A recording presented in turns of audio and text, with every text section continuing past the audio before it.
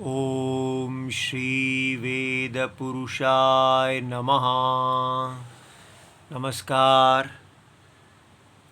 Class number 121 Shrimad Bhagavad Gita जी शंकराचार्य जी के भाष्य के अनुसार तो आरंभ किया जाता है। ओम श्री सीता रामचंद्राभ्याम नमः। नमो गुरुभ्यः।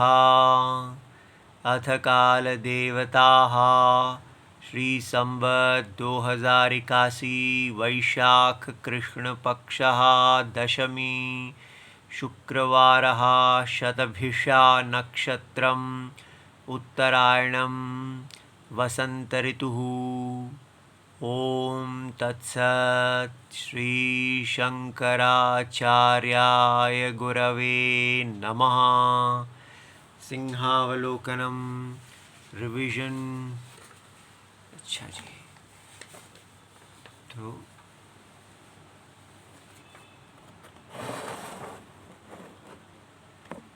ये हमारा श्लोक चल रहा है, श्लोक नंबर 16, अध्याय number 2, Bhagavad Gita ji, Gita Press Gorakhpur, book number 10। नासतो विद्यते भावो ना भावो विद्यते सतः उभयोरपि दृष्टोऽन्तस्त्वनयोस्तत्त्वदर्शिभिः। अच्छा जी, तो अब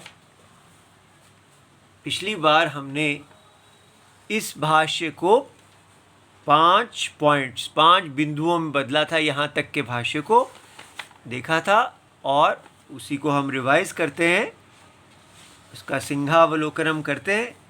लेकिन उससे पहले एक प्रश्न रखा जाता है कि ये भगवद गीता पढ़ने से हमें क्या मिलेगा। इससे जो इसको पढ़ लेता है उसका क्या, उसमें कोई आभा मंडल आ जाता है क्या? वो हम ऐसे हाथ खड़ा करेंगे और लोगों को हम आशीर्वाद दे पाएंगे क्या? हम भगवान बन जाएंगे क्या? होगा क्या? ठीक है, तो ये बात समझनी है कि भगवद गीता किस प्रकार हमारा कल्याण कर रही है, ये कल्याण साधन किस प्रकार है। तो ये हमने देखा है कि ये दिखाया जा रहा है कि भोक्तृत्वम भोग्यत्वम, ठीक है, अर्थात जो कंज्यूमर कंज्यूम्ड, भोक्ता भोग्य, ये जो भोक्ता भोग्य संबंध है,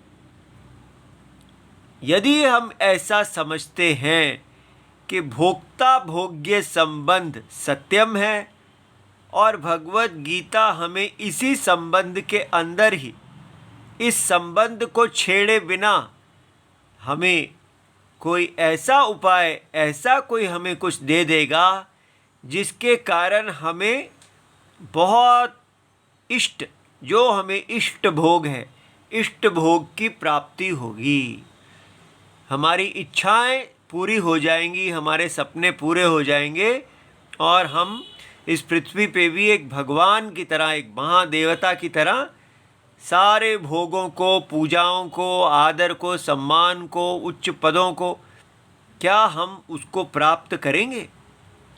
सो पहली बात ये समझनी है कि हम सबके अंदर ये इच्छा है कि हम सबसे ऊंचे भोग को प्राप्त करना चाहते हैं।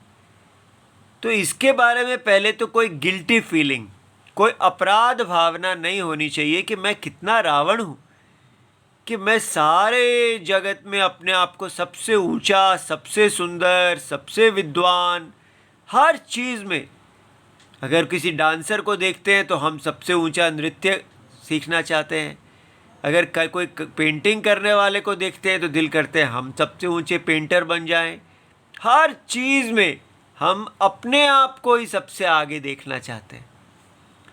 तो ये जो इच्छा है, ये इच्छा हम सब में स्वाभाविक है। क्यों है वो हमें समझना है कि हम वास्तव में कुछ और हैं, लेकिन अज्ञान में, उस अपने तत्व के अज्ञान में हम देह बन के घूम रहे हैं। ये हमने देखा है। तो प्रॉब्लम क्या है? प्रॉब्लम ये है कि हम वास्तव में देह नहीं हैं। और देह हम कैसे बन गए? हम वास्तव में सत्य हैं, देह का सत्य। और वो सत्य को जब अज्ञान के कारण एक सत्य उससे विपरीत दिख रहा है। जो भी सत्य वो सत्य नहीं, सत्य का अज्ञान ही एक विपरीत प्रत्यय को पैदा कर देता है। ये बात आपको याद करनी है कि जहां सत्य है उसका अज्ञान माने इग्नोरेंस, तो सत्य का अज्ञान एक विपरीत प्रत्यय, विपरीत ज्ञान, एरर, ठीक है, को पैदा करता है। इसलिए ये अज्ञान, हमारे सत्य का अज्ञान कहाँ से आया? ये अनादि है। हम अज्ञान में ही हैं और आत्म अज्ञान, सत्य का अज्ञान के कारण ही हम अपने आप को, जो ज्ञान नहीं है, विपरीत ज्ञान है, उसी को सत्य समझ के बैठे हैं। तो क्या है हमारा विपरीत ज्ञान? कि हम देह हैं। ये बात समझ में आ रही है? अब अगर हम ये चाहते हैं कि भगवत गीता जी हमको इस देह अवस्था में ही कोई ऐसा फल दें जिसके कारण हम महान देह वाले बन जाएं, सारे देह वालों में हम महान हो जाएं, इस कंपटीशन में हम जीत जाएं, तो ऐसा नहीं होगा। क्योंकि भगवत गीता तो सिखा रही है कि ये जो इच्छा है कि मैं अपनी इष्ट भोग को प्राप्त करूं, ये इच्छा ही हमारे अनर्थ का हेतु है। क्योंकि ये इसे काम कहते हैं। तो काम में क्या बुराई है? ये काम जो है हमको, जो हमारा धर्म है, जो सत्य पे आश्रित है, तो हम अपने देह पे आश्रित, देह में जो कामनाएं हैं उनको पूरा करने के लिए सत्य, जो सत्य पे आश्रित वेदोक्त धर्म है, उसका पालन नहीं करते, उसका उल्लंघन करते हैं। तो इसलिए भगवत गीता क्या कर रही है? भगवत गीता हमको हमारा वेदोक्त सत्य दिखाएगी और फिर दिखाएगी कि ये सत्य है, और जिसको आप, जिस देह और उस देह से मिलने वाले भोग और सुखों, इस सारे को वो अनित्य और असत्य दिखाएगी।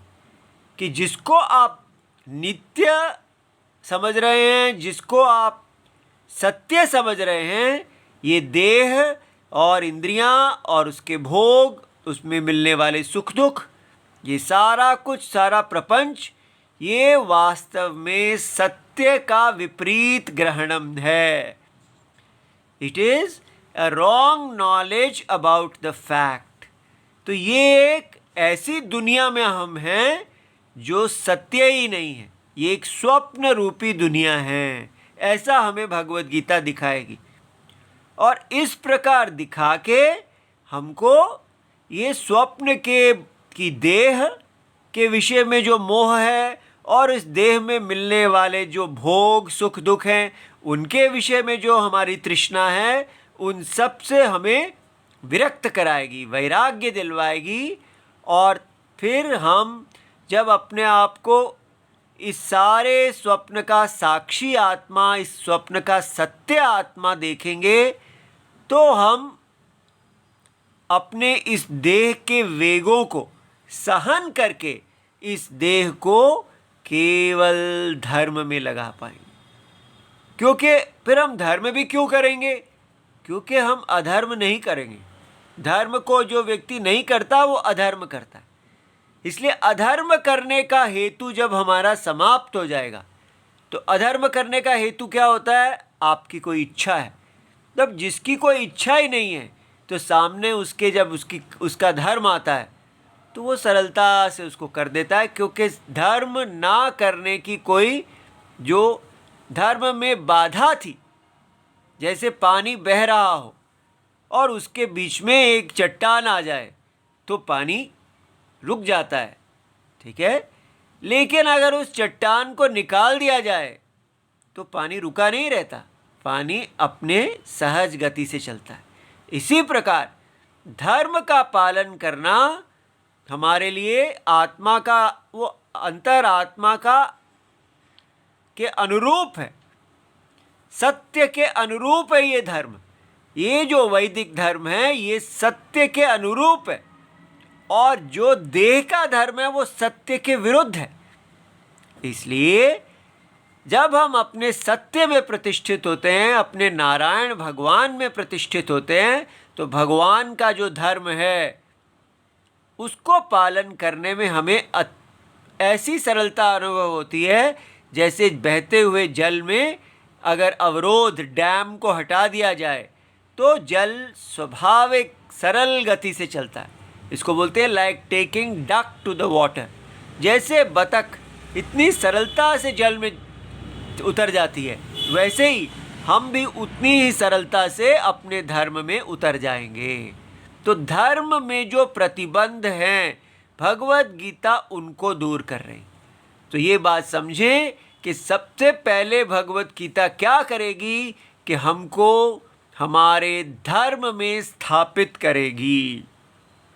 वही आप देख सकते हैं कि अर्जुन अपने धर्म को करने के लिए युद्ध के क्षेत्र में आए थे। क्षत्रिय वो हैं, और क्षत्रिय के लिए धर्म की रक्षा के लिए युद्ध करना जो है वो धर्म है, क्षत्रिय धर्म है।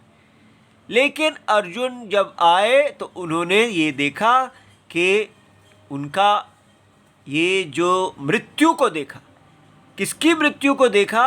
अपने प्रियजनों की मृत्यु को देखा, अपनी मृत्यु को देखा, और उनको ये मोह हुआ कि यदि मेरे प्रियजन ही मर जाएंगे, यदि मैं ही मर जाऊंगा, तो फिर ये धर्म कैसा? ठीक है। तो इसलिए इनके बिना तो जीने का कोई अर्थ ही नहीं है। इसलिए मैं ऐसा धर्म नहीं करूंगा जिसके कारण मेरा जीवन ही निरर्थक हो जाए। इनको मारना, चाहे वो आताताई इत्यादि हैं, फिर भी उनको मारना धर्म नहीं लगा। तो मोह के कारण, अर्थात अपने जो उनको अपने प्रिय थे उनका वियोग के कारण, वो ना वियोग ना हो, वो अपने क्षत्रिय धर्म को छोड़ दिए। तो इसलिए जब हम अपने धर्म को छोड़ देते हैं तब हम अनर्थ को प्राप्त होते हैं। ये धर्म ही है जो हमारी रक्षक है, सबसे बड़ा वेदोक्त धर्म, वर्णाश्रम धर्म। तो भगवत गीता क्या कर रही है, उसका प्लान क्या है? ये नित्य अनित्य विवेक और सद असद विवेक, इन दो विवेकों के आधार पर आपको दिखाया जाएगा सत्य क्या है, स्वप्न क्या है, और स्वप्न का सत्य क्या है। ठीक है। इसलिए जब हम कहते हैं कि सारा स्वप्न, वो तो स्वप्न था, ठीक है, वो तो मेरे मन की एक कल्पना थी, लेकिन पूरा स्वप्न असत्य नहीं होता। स्वप्न का जो आत्मा है वो सत्य है। क्या, क्यों वो सत्य है? क्योंकि हमने देखा न अभावः विद्यते सतः, सत का अभाव नहीं होता। ठीक है। तो स्वप्न का जो आत्मा है, स्वप्न का जो देही है, ठीक है, स्वप्न का जो साक्षी है, जो सारे स्वप्न के अंदर व्याप्त है, और जो स्वप्न का हर पात्र, स्वप्न का राजा, स्वप्न का ब्राह्मण, स्वप्न का शूद्र, स्वप्न का पंचम और स्वप्न का अमेरिकन, स्वप्न का ब्राज़ीलियन, स्वप्न का कुत्ता, बिल्ली, पहाड़, नदी, सब कुछ जो कुछ भी स्वप्न में है वो सब कुछ को धारण करने वाला स्वप्न का साक्षी है, स्वप्न का देही। तो स्वप्न का हर व्यक्ति एक ही देही आत्मा है, ये हम कितना अच्छा समझ सकते हैं। और स्वप्न के जो है वो आगमापाई है, स्वप्न के लय हो जाने पर, स्वप्न के अव्यक्त हो जाने पर उसका साक्षी आत्मा अव्यक्त नहीं होता है। ये हमें समझ में आया।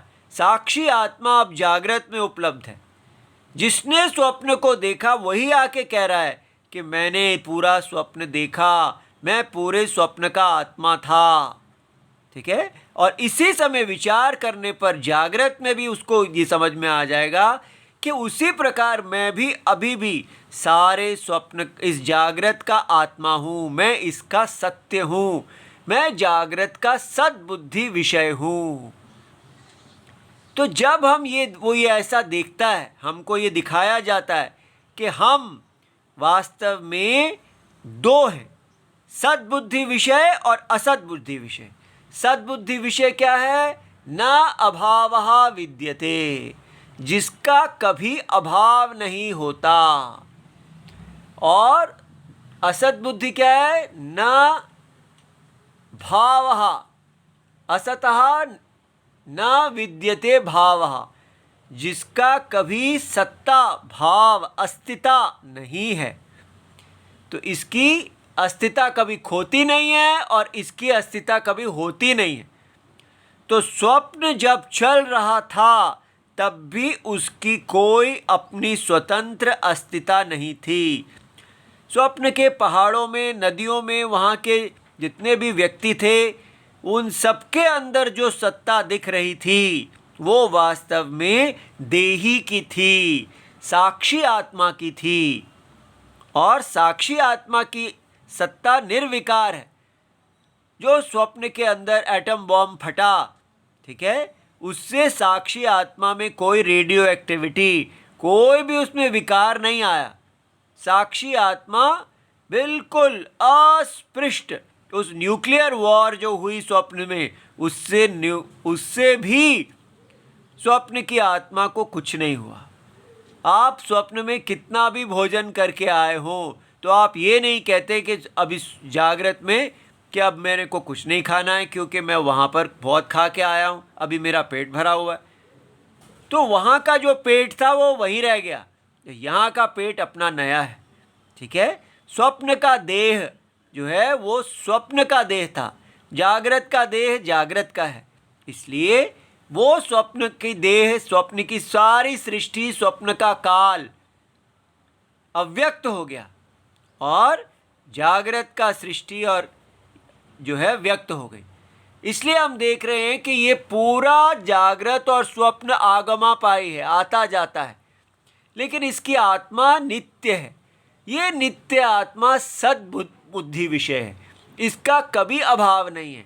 और ये इस आत्मा का जो देह है इसका कभी भाव नहीं है। जब देह की सत्ता लगती भी है तब भी विचार करने पर उसकी कोई सत्ता नहीं है।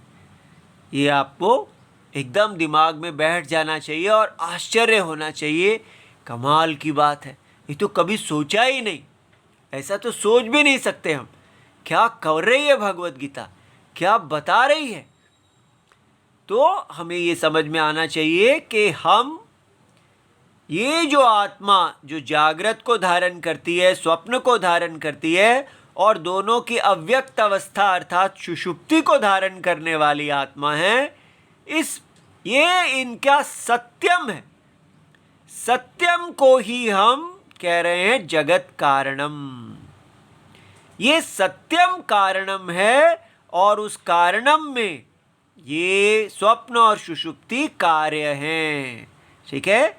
लेकिन कार्य की कोई स्वतंत्र सत्ता नहीं है, सत्ता तो कारणम की है, ये बताया गया। कारणम सद्बुद्धि विषय है और कार्य असद बुद्धि विषय है। लेकिन सद असद बुद्धि सदा एक ही अधिकरण में, एक ही अनुभव, कार्य भी लगता है और कारण भी लगता है। एक ही अनुभव स्वप्न भी है और वही स्वप्न की आत्मा भी है। ठीक है, तो कारण में ही कार्य की प्रतीति होती है। इसलिए जब हम विचार करते हैं तो कार्य की सत्ता नहीं है, इसलिए कार्य असद बुद्धि विषय है और कारणम सद बुद्धि विषय है। तो इतना जानने से क्या होगा? इतना जानने से ये होगा कि हमारा मोह भंग होगा। इस स्वप्न के भोगों के लिए जो हम पागल हो रहे हैं, इनके लिए हम जो धर्म का उल्लंघन कर रहे हैं, कौन से धर्म का? जो इस स्वप्न को धारण करने वाले कारणम हैं, जगत के कारणम जो स्वप्न की सृष्टि को धारण करते हैं, वो कारणम जो है उनका जो धर्म है, जब आप उनमें स्थित होते हैं तब आपको कोई भोगों की इच्छा नहीं होती। तो फिर कौन सी इच्छा होती है? केवल धर्म करने की इच्छा जो है वो अंतरात्मा से निकलती है। भगवान नारायण में धर्म की इच्छा है और देह जो है वो केवल अपने आप को भरना चाहती है। भगवान पहले ही भरे हुए हैं। ये बात समझ में आ रही है? तो इतना जानने से हमारे अंदर में अपने आप को भरने की जो इच्छा है, अपने आप को सबसे उच्च करने की जो इच्छा है, हर मैच जीतने की इच्छा है, तो क्या कुछ कुछ मैच हार जाया करें? ना ना, ये नहीं कहा जा रहा। ठीक है कि कुछ हार जाओ कुछ जीत जाओ। ये हार और जीत का चक्कर छोड़ के धर्म का चक्कर पकड़ो। मान और अपमान को छोड़ के धर्म को पकड़ो। ये बात समझ में आई? इसलिए हमको केवल मैच धर्म करना है। धर्म क्या है? वेदोक्त धर्म, अपनी ड्यूटी, अपना कर्तव्य। लेकिन वो तो बहुत बोरिंग हो जाएगा। बोरिंग नहीं होगा, क्योंकि जो अंतरात्मा है वो आनंद रूप है। जब तृष्णा नहीं होगी तो मन शांत होगा। आप देखेंगे कि वैराग्य मात्र से ही आपको इतनी शांति मिलेगी जो हजारों गुना अधिक है। श्रुति का ही प्रमाण है कि जो व्यक्ति भोग करके मन को सुलाता है और दूसरा व्यक्ति उस भोग के प्रति विरक्त होता है, तो उसका जो सुख है, उसका सुख कहीं अधिक भी होता है और उसका सुख जो है वो सात्विक है। ठीक है, उसका सुख जो है मोक्ष देने वाला है। इसलिए वैराग्य इस संसार में सबसे बड़ा धन है।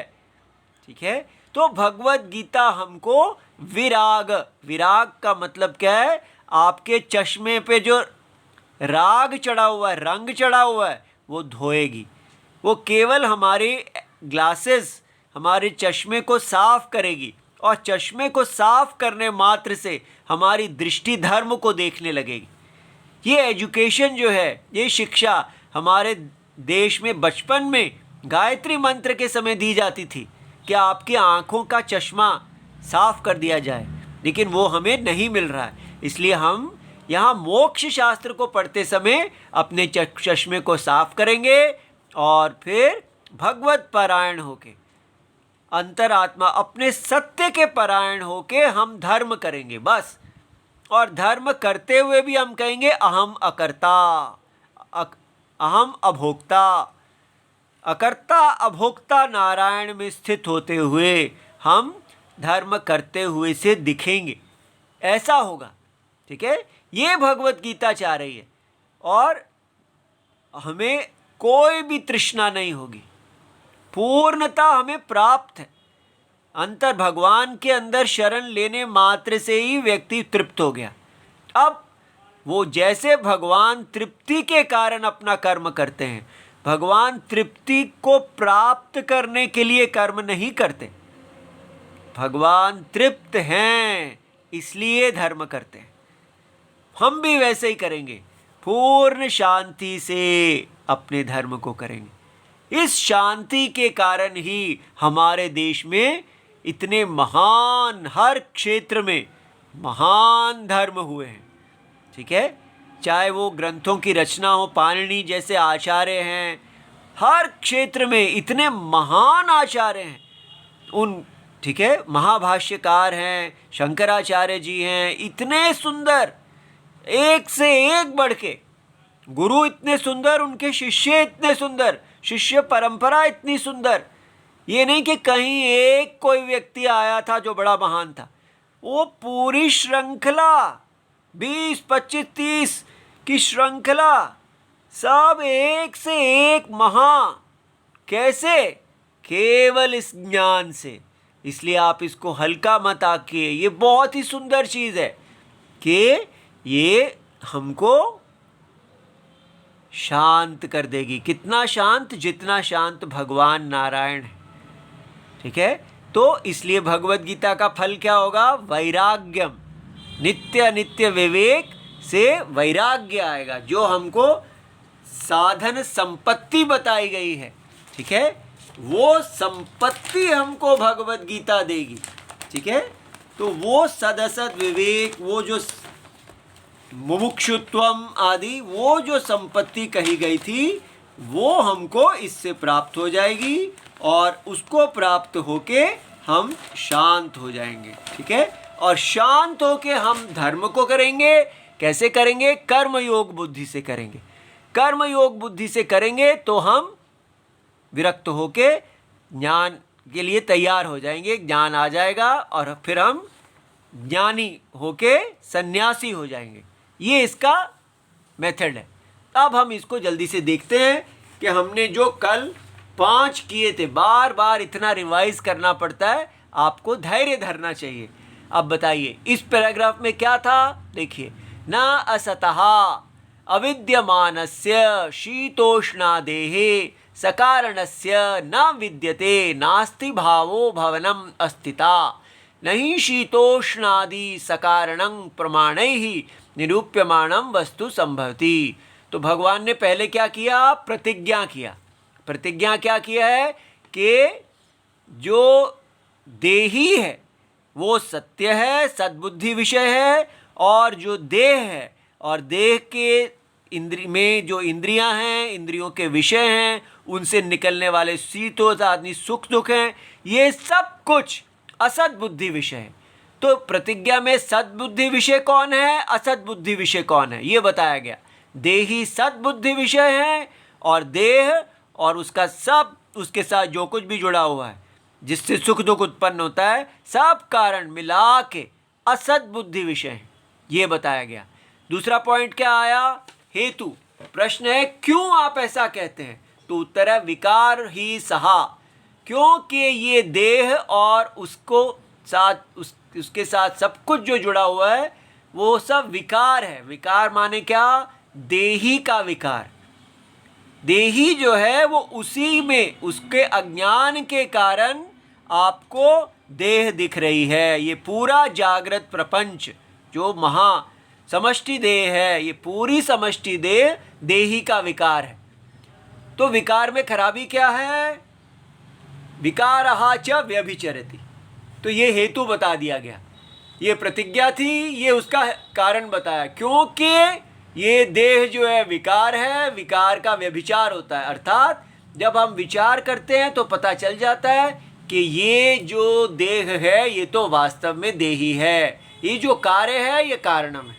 फिर तीसरी चीज़ क्या आई? दृष्टांत। आप हमको कोई दृष्टांत दे के समझाइए, कहाँ पर ऐसा होता है कि नाम रूप जो हैं वो असत्य होते हैं और उनका कारण सत्य होता है, दिखाइए। तो दृष्टांत क्या दिया? यथा घटादि संस्थानम।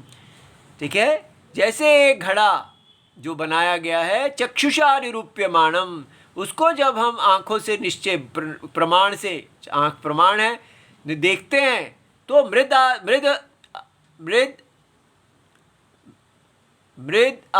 अतिरेकेण, मृद व्यतिरेकेण, तो मिट्टी के बिना, कारण के बिना अनुपलब्धे है, उसकी उपलब्धि नहीं होने के कारण वो घट असत कहलाता है।